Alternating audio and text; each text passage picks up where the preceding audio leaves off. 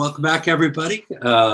RangeMaster's Rob Allen here. And as you know, we oftentimes uh, drift off from our standard shoulder range of motion topic because we find interesting people doing interesting things in the PTOT and athletic trainer space. And today we have one of those interesting people. Ginger Garner is coming to us from let's see, Greensboro, North Carolina. We're in Spokane, Washington. So about as close we get to you is talk about basketball with our Gonzaga. so my geography is kind of centered around sports, I'm afraid. We find Ginger to be very interesting. She's just completing a textbook on lifestyle medicine. She's very involved in integrative medicine and done a lot of work in yoga. And why don't I kick off this interview, Ginger, just by asking you if you would tell us when you went to a PT school or did you do athletic training first? Kind of everybody wants to know, where'd you go to school and when did you graduate, those sorts of things. Could you help? Yeah, the basics. Well, I came to kind of, I guess, movement, in general, and loving movement through yoga. That happened first. It was my way in college of being able to have, an introspective experience where I could, reflect on my own well-being and what I needed and focus on self-care while I was doing pre-med in college. So that was a long time ago. That was almost 30 years ago. So I came to athletic training and physical therapy really through yoga first, and then I got my license in athletic training I was one of the last classes that did the was grandfathered in for the oh gosh, now it's escaping me, the experiential route versus the academic route. Yeah. So that made the board exam interesting, because we all have to take the same 8-hour board exam as compared to the little short PT board exam. So for me, athletic training was more difficult as far as, passing that board exam than it was for physical therapy. But I did athletic training first. And while I was waiting to get in, I spent a year covering wrestling and soccer, saw some really interesting injuries and recoveries. And then I went to UNC the very next year to PT school, to School of Medicine there. Mm-hmm. That's when the master's program was pretty new. And of course now we've moved on, to DPT. But I did my master's there, graduated in 98, and then took my first job in what I had no idea would become like a trial by fire. Because the county that I moved into, which was underserved, and it was the reason that I went there, ended up being one of the epicenters in the United States for the opioid epidemic. Oh. So immediately I was thrust in. Fortunately, I had experienced as a licensed athletic trainer first, so it made my integration into PT very easy. I went into outpatient, and I covered everything in that rural county. But it also catapulted me into what I'm doing now, which is really chronic pain care. Because everybody that was coming to me, I ended up really having to use yoga and Pilates and other integrative methods to be able to deal with their pain. Because as wonderful as UNC is, it's a great school, great sports, great school, it wasn't enough. I had to pull from something else. And so in order to treat what I was seeing every day, that's how I got into yoga. So I came kind of full circle: yoga, athletic training, PT, back to yoga. Well, let me back you up just a little bit. So, were you a high school athlete? I did gymnastics. Yeah. And our cheerleading squads at that time were heavily built on gymnastics, tumbling, and stunting. So we were doing a lot of tossing into the air and a lot of heavy lifting. And I ran track and field, and I kept busy with sports year round, in other words. And did that contribute to your interest as an athletic trainer then? I remember exactly when the light switch went on. I was in 12th grade, and I was sitting in an AP English class, and we had a project to do to choose professions. Like, what do you want to do when you grow up, right? Like every good, English teacher should be doing. So we had a paper to write, and I wrote mine on law. I wanted to go to UNC. I wanted to go to law school.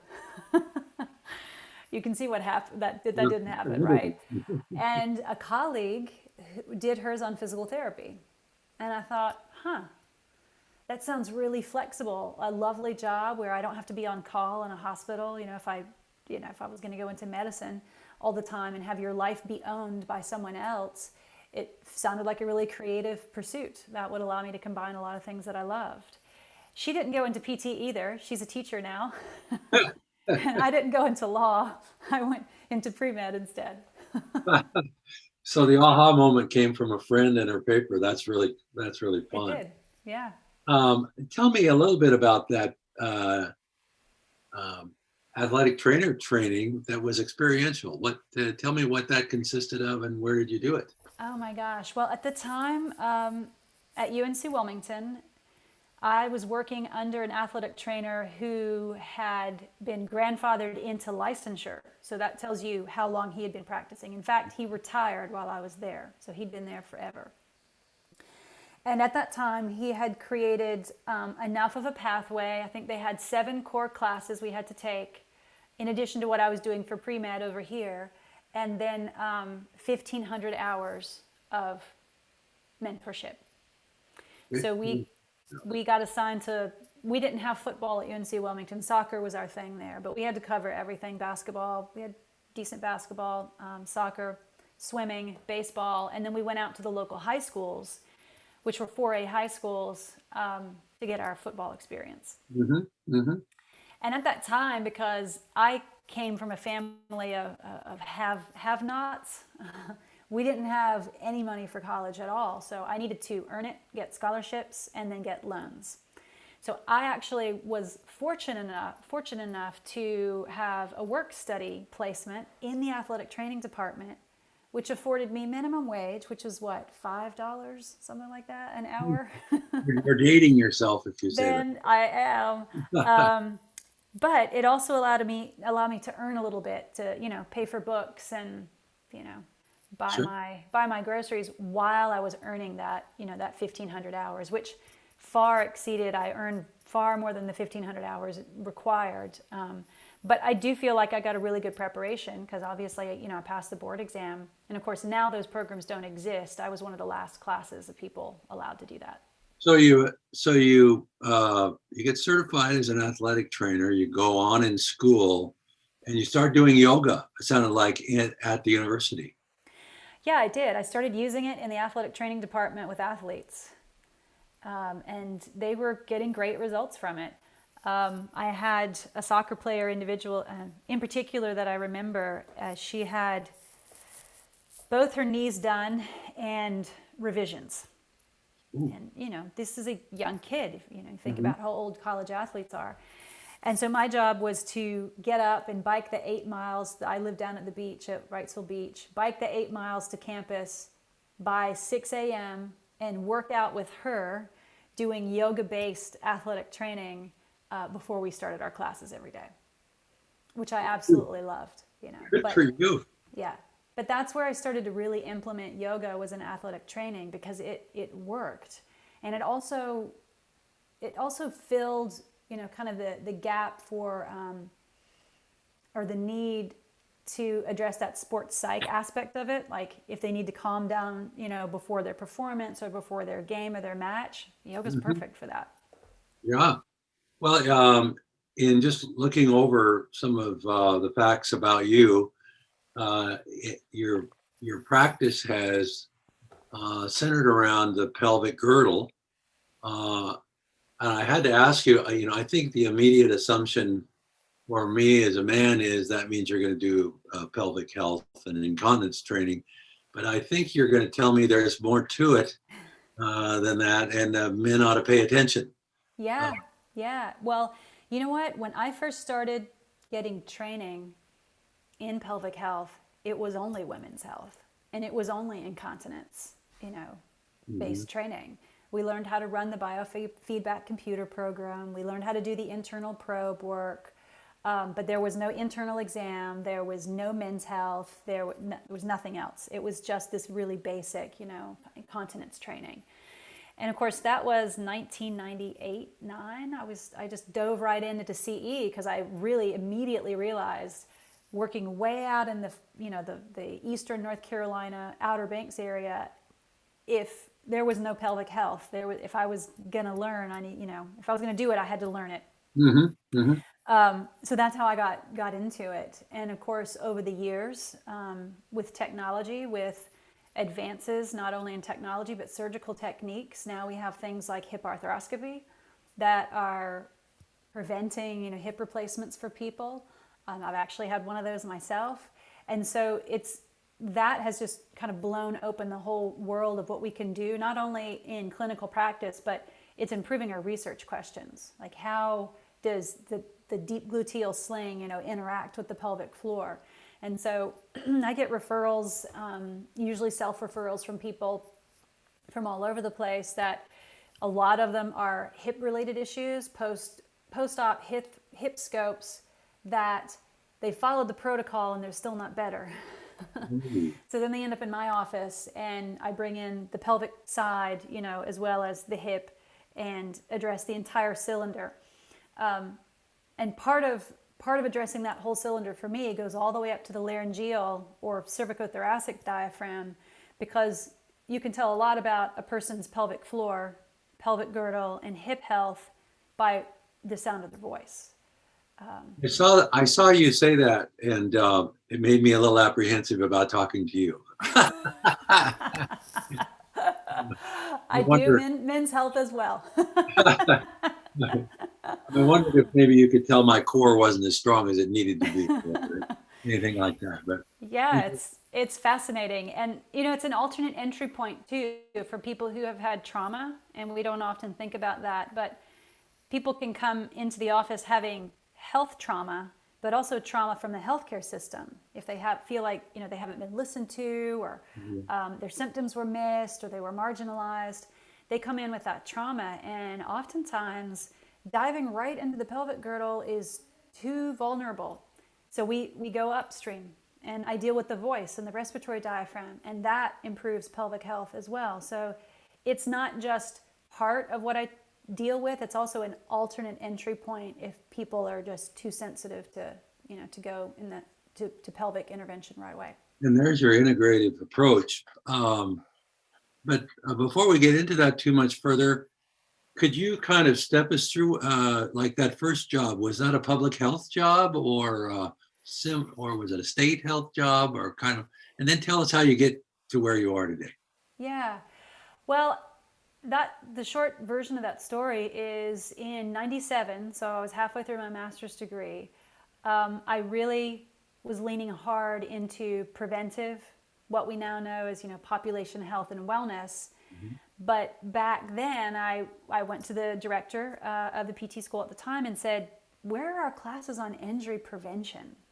Where are our classes on wellness?" And she looked at me and she was like, "We don't do that. We don't have that here." I said, "Well, we should be, because that's what I want to do one day." And she was like, "Yeah, that's probably not going to happen." So I went to my mentor after kind of reaching a little pushback, a dead end there. I went to my faculty advisor and said, "Look, I really think that we need to be addressing, injury prevention and wellness in PT. And if you're not going to teach it to me in the program, what am I going to do?" She said, "All right, well, let's get you into the School of Public Health." So that's when I went and qualified for independent studies in the School of Pelvic Health that I could mesh with my training in physical therapy. Mm-hmm. And at the time, there weren't, that I know of, any PTs with state or local agency-based public health jobs. That would have been a dream come true. But what I did at the time was I took a job in an underserved area because, again, didn't have the money for my master's degree, just like I didn't have the money for my bachelor's degree either. So I did a forgivable loan to go and work in an underserved area. That was part of, what paid for grad school. Was that a state or federal program, or was it your fault? Gosh, I think it was a state-based program.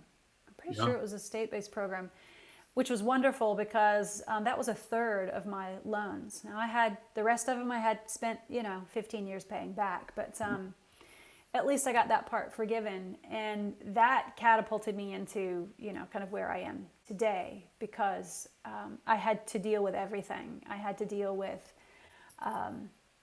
amputee populations when I was doing home health, but on the weekends I was on call every other weekend to cover everything in the hospital, from wound care, the orthopedics, postpartum, whatever it was. I had to cover that.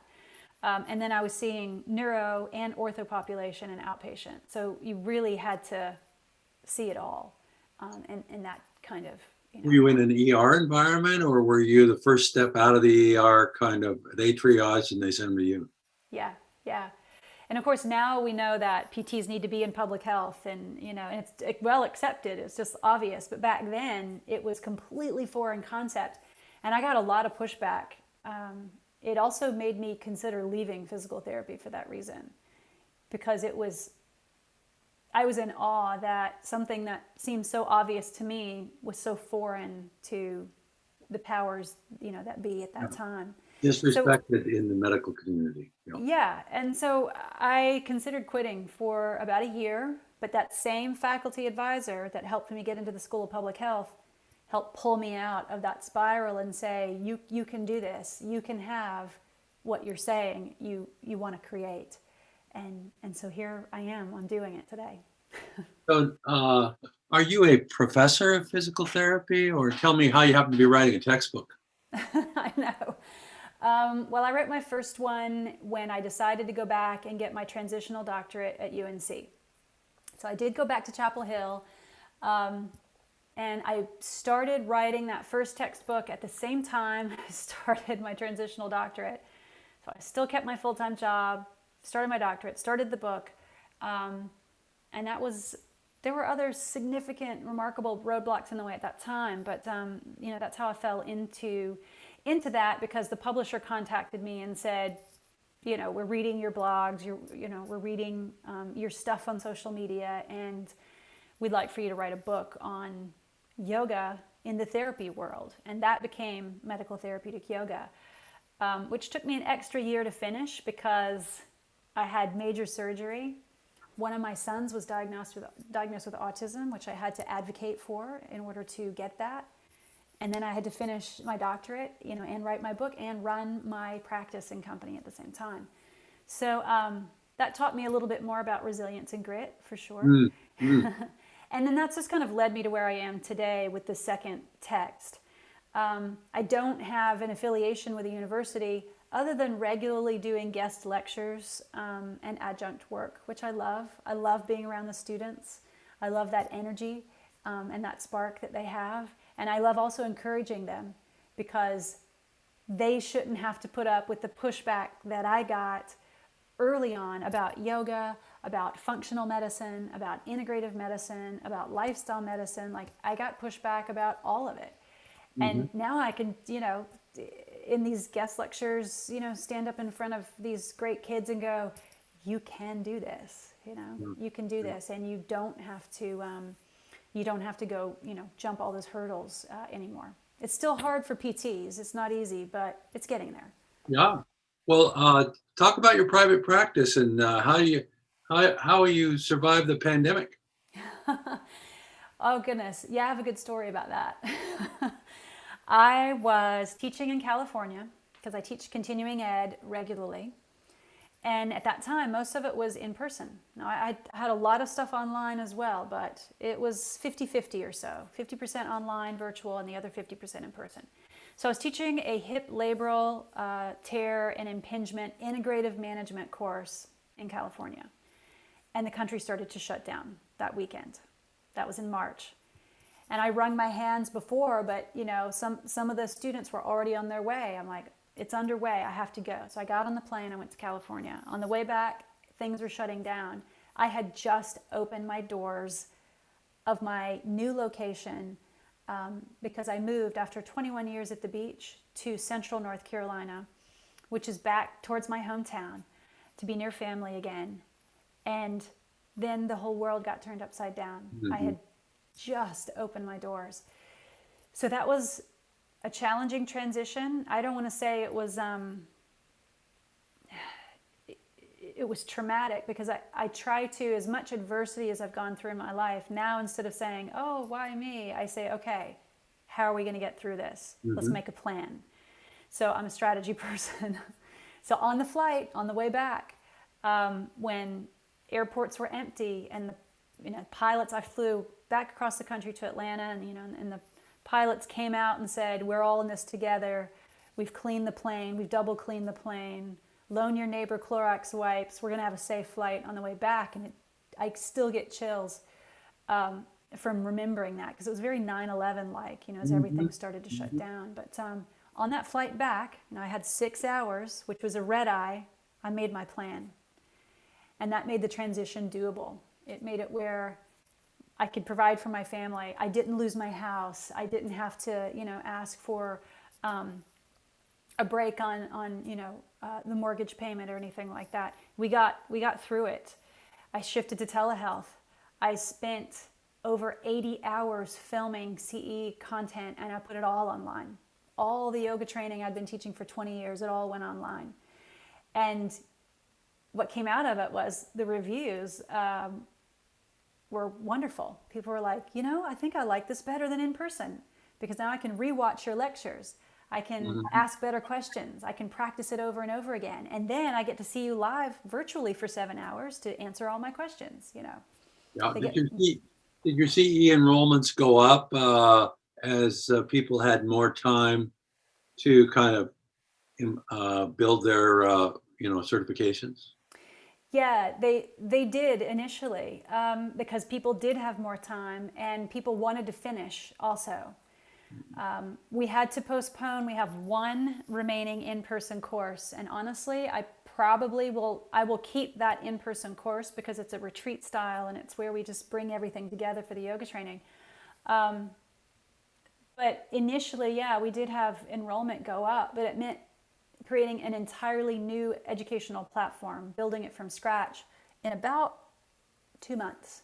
We did it from that end of March position where everything shut down to June was when we launched everything, and then we just kept creating new content, and we're continue on. Are you still seeing patients at the same time? Private practice patients? Yeah, I divide my time. I usually end up with 2 longer days of the week, which is about 20 hours on some weeks. So they are longer days, but I love doing that work. I don't ever want to stop seeing patients. I also feel like if I'm teaching continuing education, I have an obligation to be doing clinical work. Right. I don't feel like you can really be a good CE instructor or write good courses unless you're living it. So I do that 2 days a week and see a range of patients. It all really centers around the pelvic girdle, but because the regions are so interdependent, I see C-spine stuff, I see TMJ, I see vocal problems, I have a shoulder rotator cuff, some rotator cuff cases and shoulder impingement on my caseload. But they all end up getting work in the pelvic girdle because the core is the connector for everything. So. Well, in the early days of the pandemic, based on what state you were in, getting reimbursed by insurance for telehealth was a bit challenging. Were you already doing telehealth, and were you doing it as cash pay, or how did you get through that little roadblock? Yeah, for me, I was one of, I guess, the early adopters of the cash-based model. And what catapulted me into that was 2004. I'd been practicing for less than a decade, but I was seeing strictly those layered, complex chronic pain cases. Mhm. And insurance wasn't reimbursing. Yeah. They were denying coverage if people had chronic fatigue syndrome or fibromyalgia. As an ICD-9 code at the time, they were cutting them off. They were kicking them out. And then what was I going to do? Because as a provider, as a contracted provider for that insurance company, I couldn't see them. Right. I had to see them underneath that, their insurance plan. And when they cut them off, it was a dead end.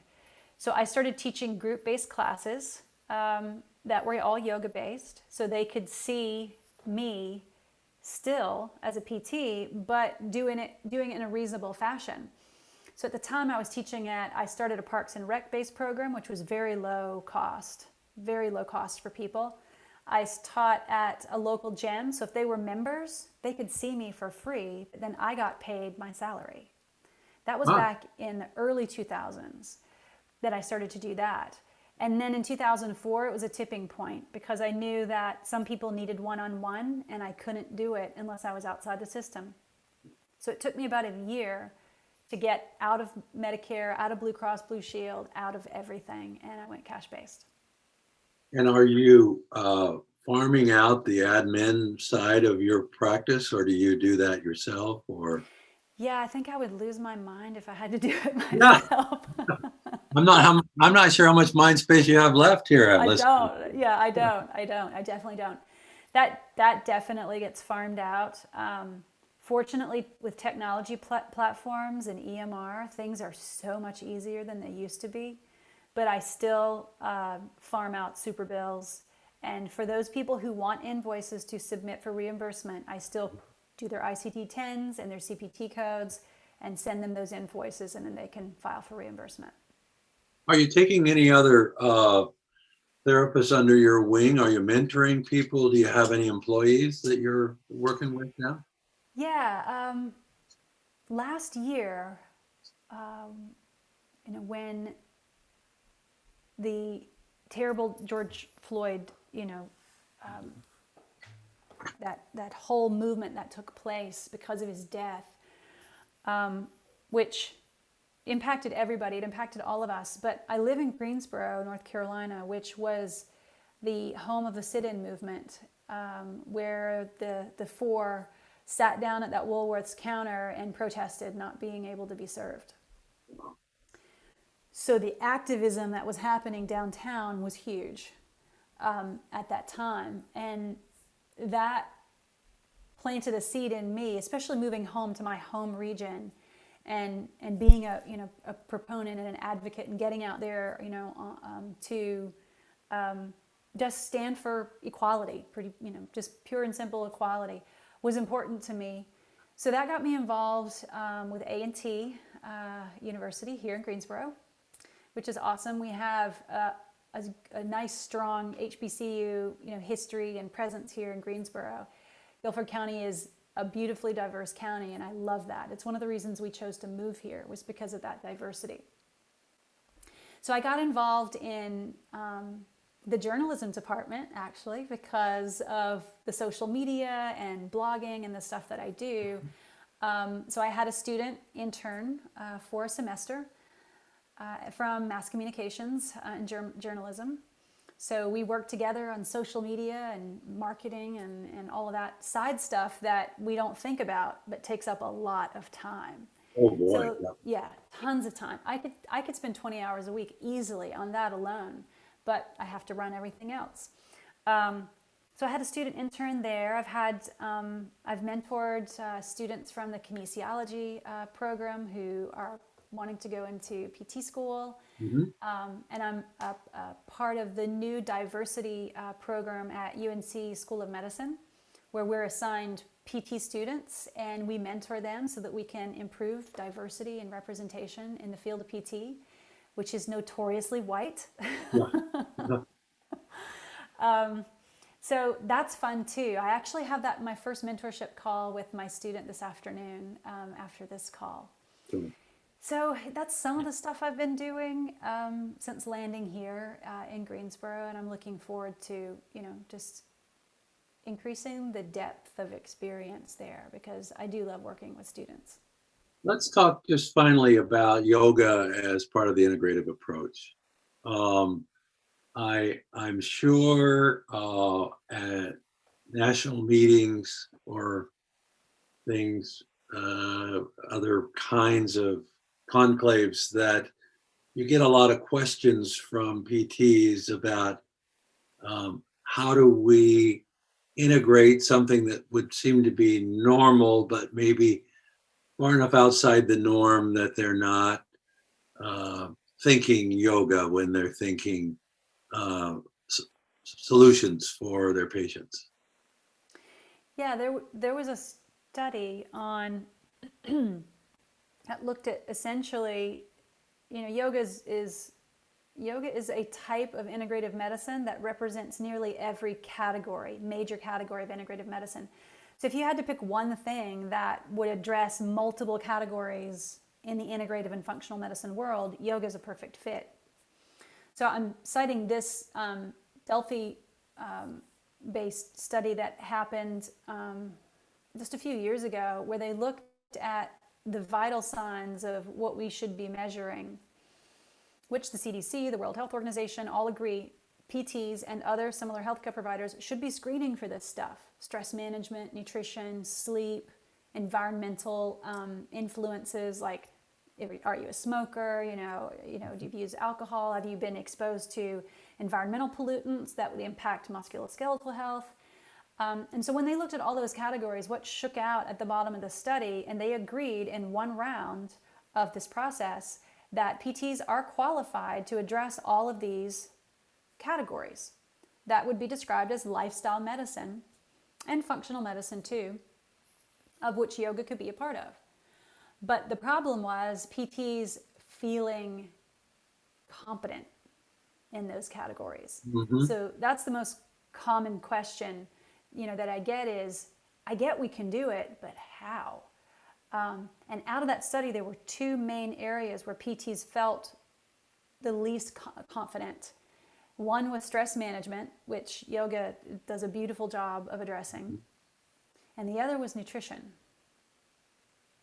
And APTA has issued their statement on the support of inclusion of nutrition, of sleep science, of integrative and medicine and wellness, of which I had the good fortune of helping to influence at the House of Delegates a few years ago to update that position statement on complementary and integrative medicine.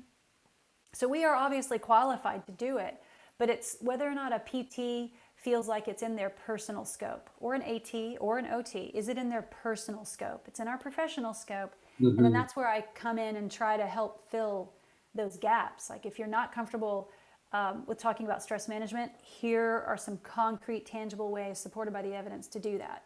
And I address all the different aspects, nutrition, physical activity, stress management, sleep, and environmental influences. And what about outcome measures? Do you give them some outcome measurement tools so that they can help their patients see? Yeah, absolutely. Those are important. I try to wrap those up into my intake forms, and I use an EMR that will automatically screen for them, which is a huge time saver for me in the clinic. Otherwise, I could spend an entire evaluation, my first appointment, just talking about those vital signs, which isn't realistic. I've got to evaluate, the pelvis or the hip or the whatever. So I wrap that up into my intake forms, but there are easy screens that can be done, like, the Epworth for daytime sleepiness is easy.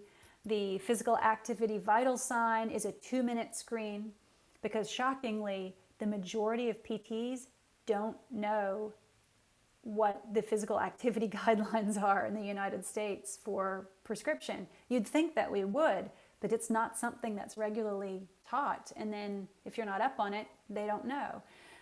So that's an easy screen to use. There are easy, quick anxiety, depression screens that can be used.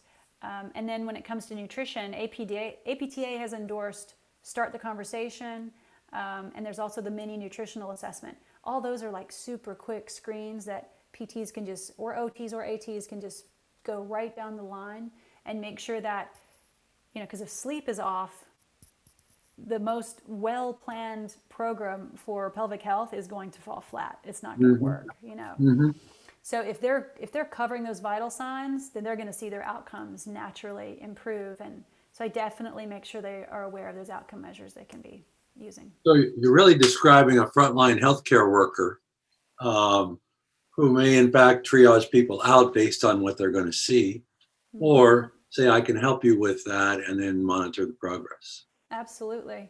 That's kind of what I envision the future of physical therapy being. And I'm a huge proponent of advocacy. In fact, I thought about quitting PT in 2018. I ran for public office. Oh.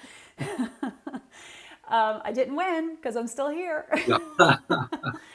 But it's important to me. So now I'm the legislative chair for our North Carolina APTA chapter. So that's really important, to me too, to see that we become primary care providers as PTs, that we can work in the ER, that thing that I wanted to do a long time ago and work in public health, 25, 23 years ago, that PTs can do that now. And I'm seeing PTs go into the public health, field and into the ER. And it's like, that's thrilling to me. I absolutely love it. Yeah, that flame still burns, it sounds like. Yeah, it definitely does. And I'd love to see more PTs, more OTs, and more athletic trainers be accepted into those population health fields, because we can be very effective primary care providers. It also means expanding our practice rights too. So, that's important as well. You might be making some interventions that are maybe not quite as invasive if you get a chance to speak up at the right time. Yeah, absolutely. Very good. It does prevent, patients from having being prescribed a lot of unnecessary drugs and surgery. Yeah. Well, this has been a joy to talk to you. I appreciate your taking the time, and we'll have trouble editing it down, Ginger, but that's all right. Some people tune into the whole thing, and some people tune us out. Of course, so you're familiar with that process too. Oh yeah, I always say, I hope something I've said has been helpful to somebody or inspiring to somebody who feels like they're stagnant or stuck, or they want to pivot or make a change. You can do it. It's a good time to be alive with all these changes coming on. It keeps us on our toes. Yeah, it sure is. Thanks for having me, Rob. I really appreciate it.